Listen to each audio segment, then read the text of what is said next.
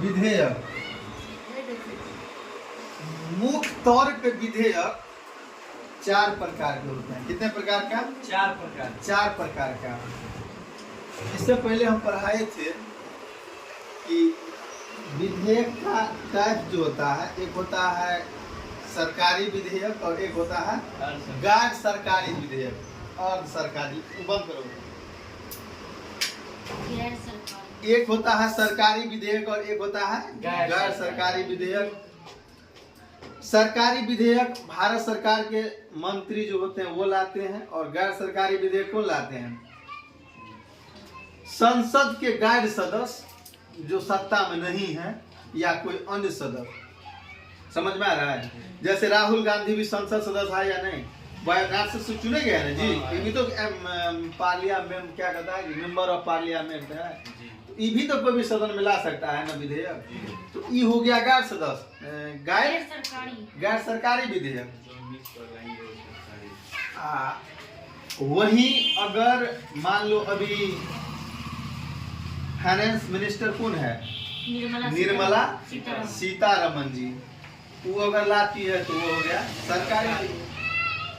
लेकिन यहाँ पे मुख्य तौर पे विधेयक कितने प्रकार के होते हैं? 4 प्रकार के। वो तो विधेयक का एक टाइप था जो ऐसा ऐसा होता है।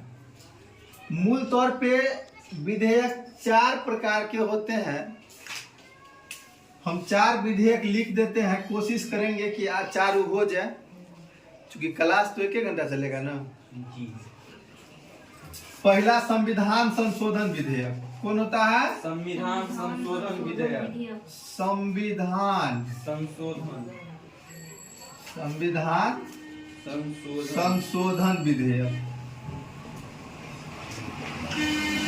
संशोधन विधेयक, ठीक ना। दूसरा होता है साधारण विधेयक या सामान्य विधेयक, उसी को कहा जाता है साधारण विधेयक या सामान्य विधेयक। साधारण विधेयक, साधारण विधेयक या सामान्य विधेयक। या सामान्य विधेयक। समझ में आ रहा है जी। तीसरा होता है धन विधेयक। कौन होता है? धन विधेयक। अरे धन बगैर कुछ संभव है? कुछ नहीं। धन बगैर कुछ चलना। आधुनिक अर्थशास्त्र के जनक एडम स्मिथ कहलाते हैं। वो सब चीज धने को मान लिया था। मनुष्य ऊपर भी धने को मानता दे दिए। कुछ वास्तविकता दिखता भी है, ऐसा भी है, लेकिन मनुष्य भी बहुत बड़ा नहीं है धन। इस चीज को थोड़ा ध्यान में रखना चाहिए। क्या जी, धन से बड़ा मनुष्य ने है आदमी है? देखो सबसे बड़ी बात है, एक तो आवश्यकता, सीमित आवश्यकता के लिए कम से कम धन जरूरी है। लेकिन इंसान का सीमित आवश्यकता है कहाँ? उनका सोच अगर कोई बुलेट पे है तो अच्छा कार चाहिए, नॉर्मल कार नहीं, उसमें भी अच्छा कार चाहिए। हम तो हेलीकॉप्टर पे नहीं चढ़े हैं, कोशिश में लगे हैं। हमको चढ़ेंगे नहीं कभी जिंदगी में, समझ गया? हमको डर लगता है। तो साला रावत जी, बिपिन रावत जी इतने बड़ा बदौलती है, सीडीएस थे, उनका जब सुरक्षा प्रदान नहीं कर पाए उस विभाग, तो हमको क्या करेंगे? कहीं लेके हमको ट्रेन में डर लगने लगा है। इतना ट्रेन हादसा हो रहा है। पहले समय में उतना हादसा नहीं होता था, लेकिन पता नहीं अभी क्यों इतना हादसा होता है।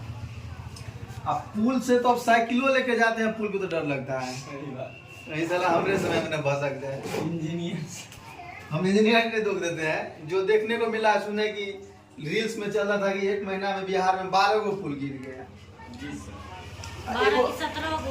जो भी ये सब विडम्बना है। देखिए, और चौथा है धन वित्त।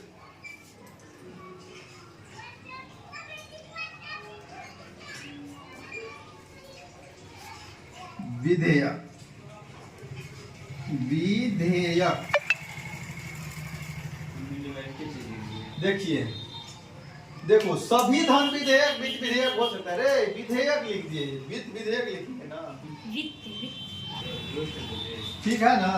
धन वित्त को है ना, धन विधेयक और वित्त विधेयक, सभी धन विधेयक वित्त विधेयक हो सकता है, लेकिन सभी वित्त विधेयक धन विधेयक नहीं हो सकता। सुनो, वित्त सर वित्त गलत है, नहीं ठीक है, तो भी इसे चलो वित्त विधेयक। अब देखो 4 विधेयक समझ गया ना जी। आमतौर पे कितने विधेयक होते हैं? आमतौर पे 4 विधेयक, संविधान संशोधन विधेयक, साधारण विधेयक, धन विधेयक और इसमें कोई दिक्कत नहीं ना है। सबसे पहले पढ़ना क्या है? संविधान। संविधान ने पढ़ना है, संविधान संशोधन विधेयक पढ़ना है। क्या चीज? संविधान इतना दिन से पढ़िए रहा है, पहले क्या पढ़ना है? संविधान संशोधन विधेयक। देखो संविधान संशोधन विधेयक किसे कहते हैं? यही ना। तो वैसे विधेयक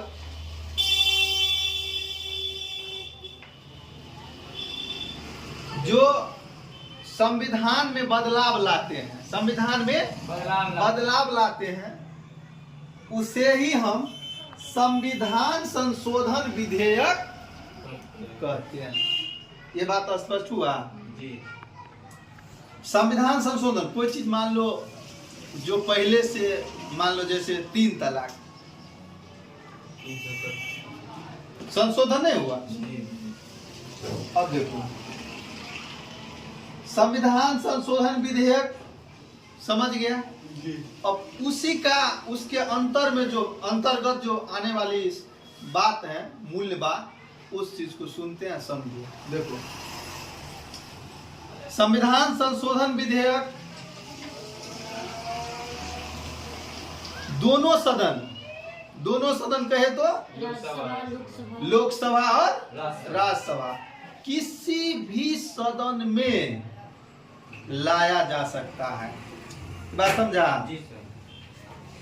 संविधान संशोधन विधेयक किसी भी सदन में लाया जा सकता है, चाहे वो एलएस हो या आरएस, एलएस या आरएस, किसी भी सदन में लाया जा सकता है। और देखो संविधान संशोधन विधेयक पारित होने में 3 संस्था को हो या 3 सदन को हो का आवश्यकता होता है।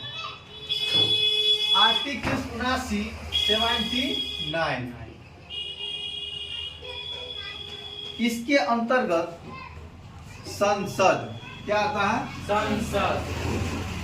संसद का गठन किया गया है। और ये संसद किसकी से मिलकर बनता है जी? एलएस, आरएस और राष्ट्रपति, यही ना। प्रेसिडेंट ना जी, राष्ट्रपति, ये होता है ना, राष्ट्रपति होता है ना जी। जी। तो संविधान संशोधन विधेयक कौन सदन में लाया जा सकता है? तीनों सदन तो दुनिया में होता है जी, लोकसभा और राज्यसभा, किसी भी सदन में लाया जा सकता है। संविधान संशोधन विधेयक लिखने का जरूरत नहीं पड़ेगा, सेट कर लो। ये शेरे बेरम होता है ना जी, शेरी बेरम में सेट कर लो।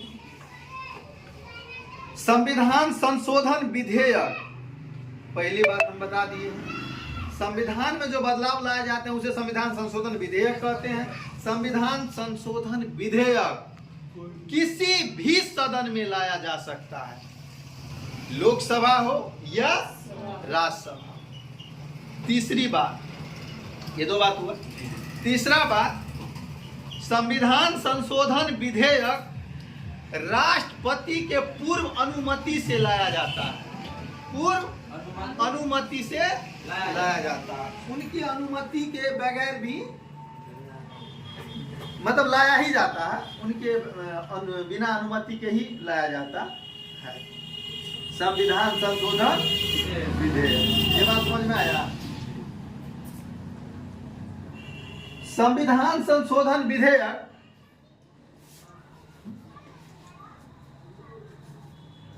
जब लोकसभा में आता है, मान लो कि लोकसभा में आया, किसी भी समझ में आ सकता है ना जी। तो लोकसभा को 2/3 बहुमत से पारित करना होता है, और तब जाके वो कहा जाता है राष्ट्रपति के पास। कहा जाता है रे, पहले राष्ट्रपति के पास चल जाएगा कि पहले लोकसभा में आया, लोकसभा 2/3 बहुमत से पारित किया, कहाँ जाएगा? अब राज्यसभा में जाएगा जी। अब कहाँ गया? देखो लोकसभा ये पारित कर दिया 2/3 बहुमत से, अब ये कहाँ जाएगा? राज्यसभा में। कहाँ गया? राज्यसभा में। ये भी 2/3 बहुमत से पारित करना होता है और करता है। तो आप कह सकते हो कि संविधान संशोधन विधेयक लोकसभा राज्यसभा, कहने का मतलब दोनों सदन को 2/3 बहुमत से अलग अलग पारित करना होता है। समझ में आया जी? कितने बात हुआ जी?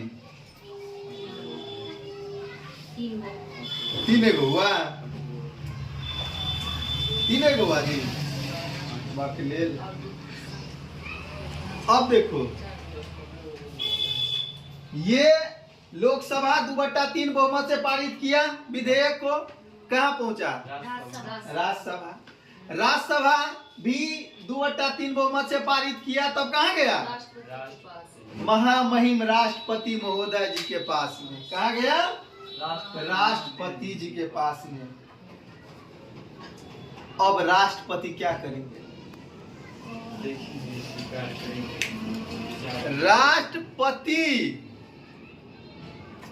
इस विधेयक को न तो अपने पास सुरक्षित रख सकते हैं और न तो पुनर्विचार के लिए लौटा सकते हैं। बात समझ में आ रहा है? वह अपना अनुशंसा कर देंगे, जो उनको करना रहता है मंजूरी दे देंगे। समझ में आ रहा है जी? और इसके लिए 24वां संविधान संशोधन 1971, 24वां संविधान संशोधन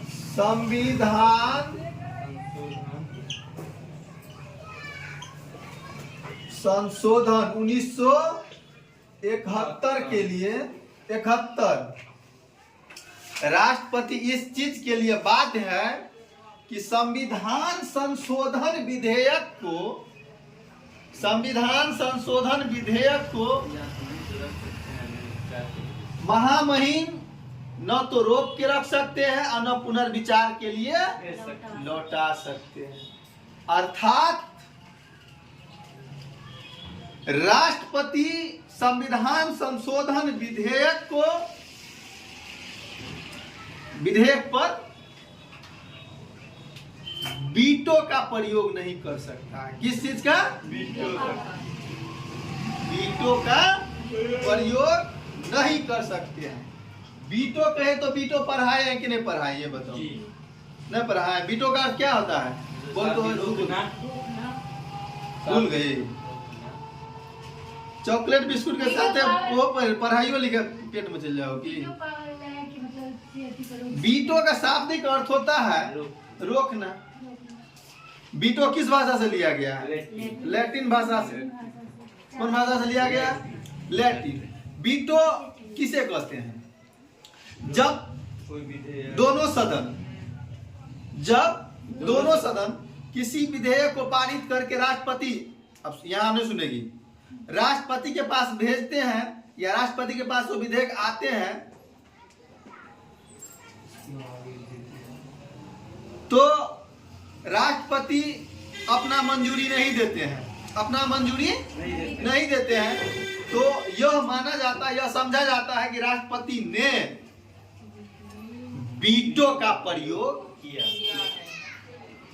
वीटो का प्रयोग किया। किया। तो लोग यार पढ़ के भूल जाता है जी। वीटो कितना प्रकार का होता है? 4 प्रकार का। कौन कौन है पढ़ाए हैं? जेबी वीटो। अच्छा, ई वीटो तुमको याद है? निलंबनकारी वीटो, अवशेषित वीटो, पॉकेट वीटो पहला। दूसरा निलंबनकारी वीटो, निलंबनकारी वीटो, ये ना जी। दूसरा, तीसरा विशेष लड़का को याद है, विशेषित वीटो। चौथा जी और आत्यांतिक वीटो। चलो इतना तो तुम लोग याद किया है, रखा है। आत्यांतिक वीटो, आत्यांतिक रे लड़का। फर्स्ट में होगा निलंबनकारी, सेकेंड में होगा। अच्छा कोई बात नहीं, देखो अब सही सुनो, ये चारों वीटो हम पढ़ाए ना? जी सर। निलंबनकारी वीटो, आत्यांतिक वीटो, विशेषित वीटो और जेबी वीटो। पॉकेट वीटो या जेबी वीटो, जो भी समझो और कहो, एक ही होता है। अब चलो ये भी थोड़ा बता ही देते हैं। देखो वीटो, निलंबनकारी वीटो किसे कहते हैं? वीटो का मतलब रोकना। हाँ जी सर। वीटो किसे कहते हैं? ये आदेश को रोक लेना। जब दोनों सदन द्वारा कोई विधेयक राष्ट्रपति के पास में आते हैं, राष्ट्रपति अपना मंजूरी नहीं देते हैं, तो यह समझा जाता है कि राष्ट्रपति ने वीटो का प्रयोग किया। इसके बाद पहला वीटो है जेबी वीटो। क्या हम लिखा है? निलंबनकारी वीटो ना। देखो निलंबनकारी वीटो वैसा विधेयक, देखो वैसा विधेयक, अब अभी नहीं सुनो ना जी, तुम लोग को ज्यादा पढ़ा देना ही हमने लग रहा है कि जुलूम हम कर रहे हैं।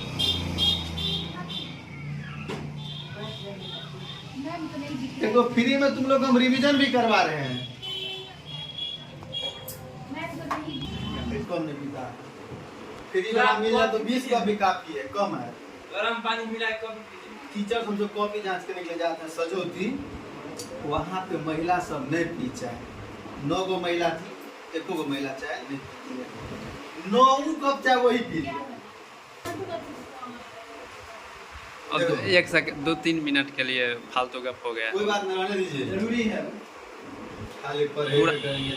हाँ, पूरा वीडियो में 1-2 मिनट हो गया होगा, फिर फालतू। कोई बात नहीं, रहने दीजिए। काटते ना। नहीं वो सब खाने का क्या फायदा होगा, खाली पढ़ाई होगा, समझ में नहीं आएगा। देखिए रोकिए, चलने दीजिए। हाँ चलने। देखो वीटो एक बार रिवीजन कर लो। निलंबनकारी वीटो, जेबी वीटो, विशेषित वीटो और आत्यांतिक वीटो। निलंबनकारी वीटो, वीटो किसे कहते हैं तो बता दिए जी कोई विधेयक। कॉपी में सब चीज है, देखा करो। निलंबनकारी वीटो वैसा वीटो, विधेयक रे लड़का वीटो बता रहे हैं अभी। संविधान संशोधन विधेयक में ही अंत में हम ये बताए होंगे कि राष्ट्रपति वीटो का प्रयोग संविधान संशोधन विधेयक पर नहीं कर सकता, कर सकते हैं। सर आप निलंबनकारी बोले, इसीलिए बोले निलंबनकारी में विधेयक में होगा। चलो देखो, हम वीटो इसलिए बता रहे हैं कि अगर आपसे क्वेश्चन पूछे कि निम्नलिखित में किस विधेयक पर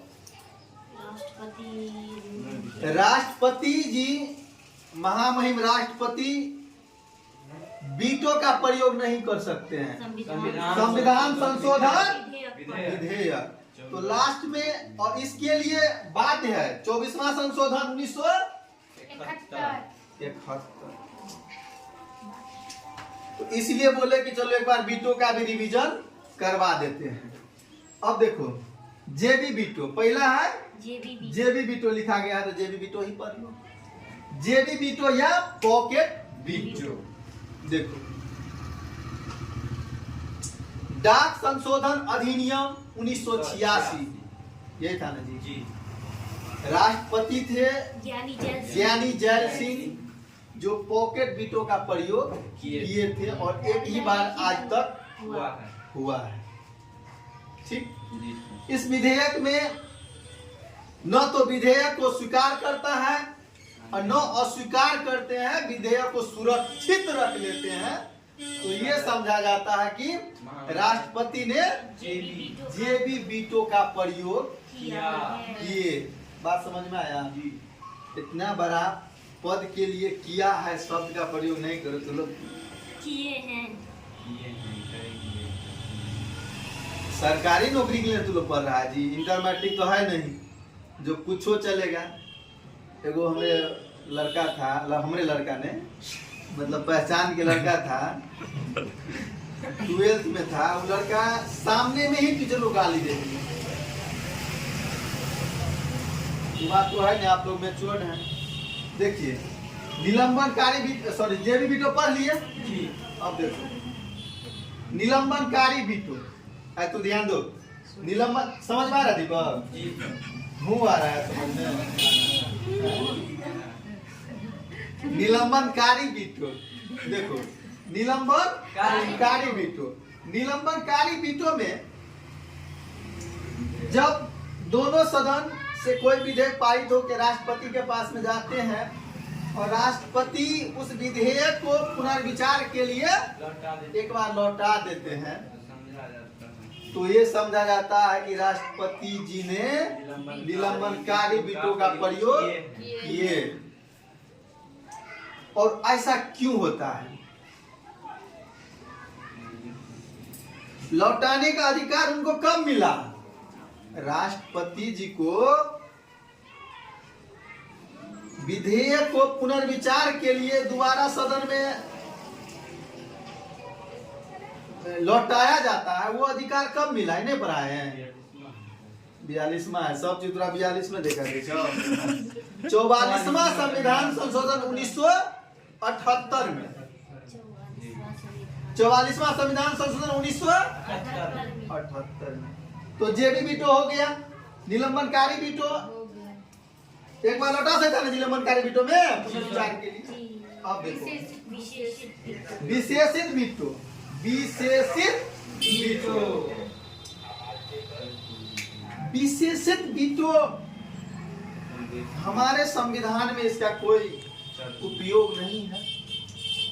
मुख्य तौर पे यह अमेरिका के संविधान विशेषित बीटो का प्रयोग करते हैं और वहां पे कोई भी विधेयक को अधिक से अधिक कितना दिन तक रोक के रख सकता है? 10 दिन। कितना दिन? 10 दिन। तो कितना दिन? 10 दिन। कोई विधेयक को अधिक से अधिक 10 दिन रोक के रख सकता है, लेकिन हमारे संविधान में अधिक से अधिक कितना दिन भी रोक सकते हैं, इसके लिए हमारा संविधान मौन है। क्या है? मौन है, कुछ नहीं कहा गया है। कुछ नहीं कहा गया है। बात समझ में आया? अब एक एक छूट गया, आत्यांतिक बीटो। कौन बीटो? आत्यांतिक बीटो। आत्यांतिक बीटो सबसे पहले याद करो, हम आते बताए थे, एक होता है सरकारी विधेयक, एक होता है गैर सरकारी विधेयक। आत्यांतिक बीटो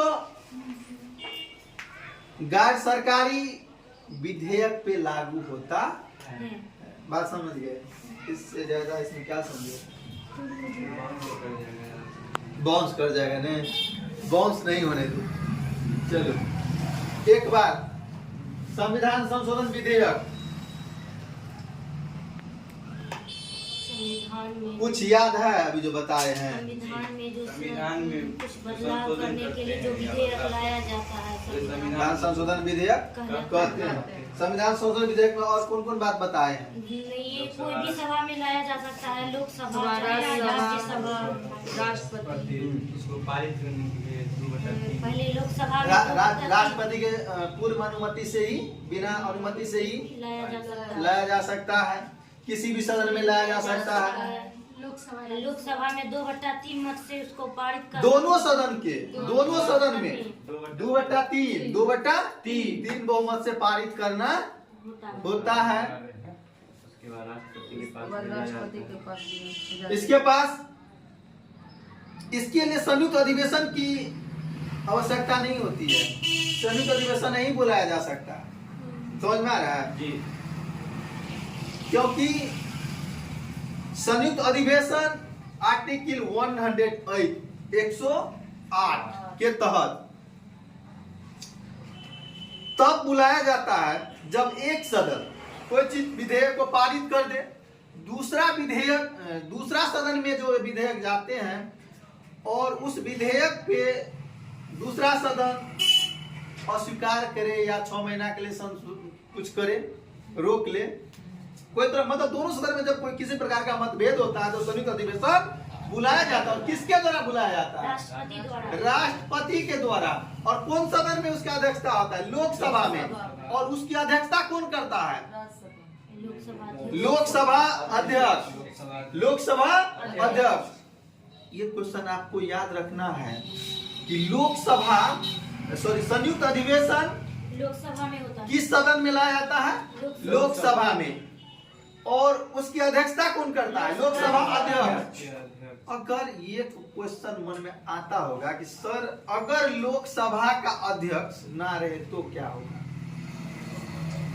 ऐसा हो सकता है ना जी? जी हो सकता कि लोकसभा मान लो संयुक्त अधिवेशन बुलाया गया, किनके द्वारा?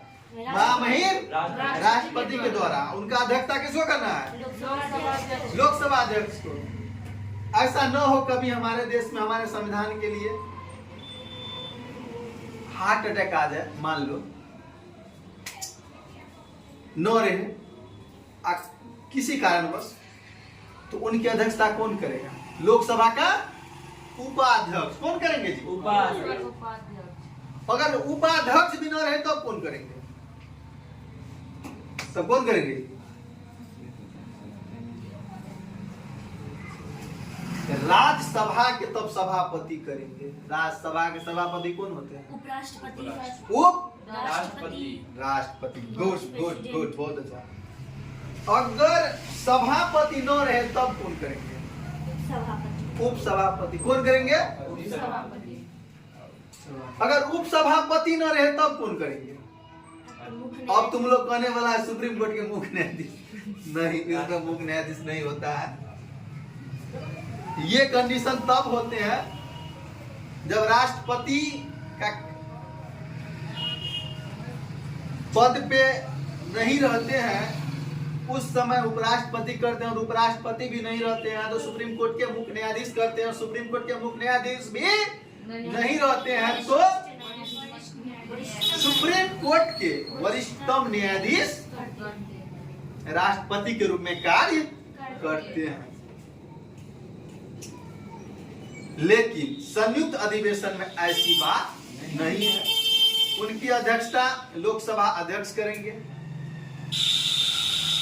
लोकसभा अध्यक्ष न रहे तो उपाध्यक्ष करेंगे।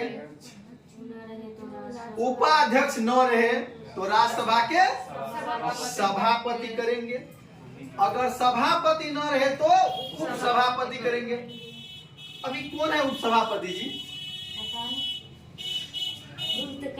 अच्छा, सभापति कौन है अभी? जगदीश धनखड़ है ना? जगदीप धनखड़ उपराष्ट्रपति हैं जी, जो राज्यसभा के सभापति भी होते ही हैं। इसमें कोई फंडामेंटल है वो। इसके बाद उपसभापति नहीं रहते हैं तो कौन करते हैं? सुनो, वैसे वहां तक जाएंगे नहीं, ऐसा नहीं हुआ आज तक। लेकिन नॉलेज के लिए इतना पढ़ा जाता है जी। जी सर। नौकरी लेने के लिए 70 क्वेश्चन इनफ है।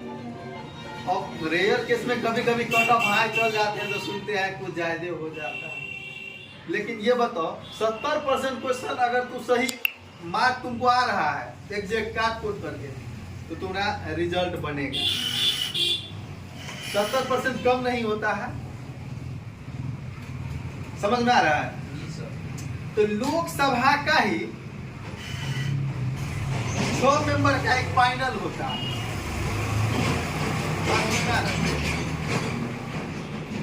लग रहा है बारिश होने ही वाला है। लोकसभा का ही 6 मेंबर का एक फाइनल होता है। उसी में से कोई सदस्य जो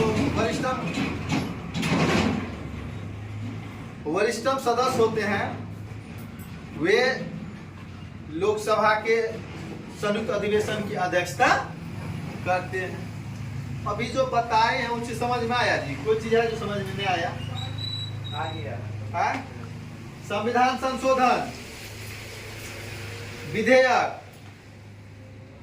को कोई सदन कौन सदन में लाया जा सकता है? किसी भी सदन में। सदन में। लोकसभा राज्यसभा दोनों में से किसी भी सदन में लाएगा।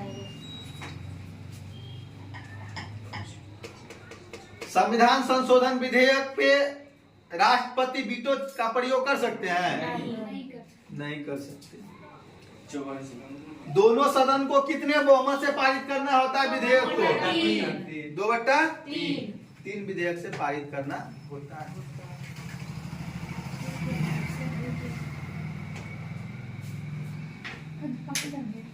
नहीं। अब टाइम हो गया। नेक्स्ट क्लास में साधारण विधेयक, धन विधेयक और वित्त विधेयक पढ़ाएंगे। ठीक है? और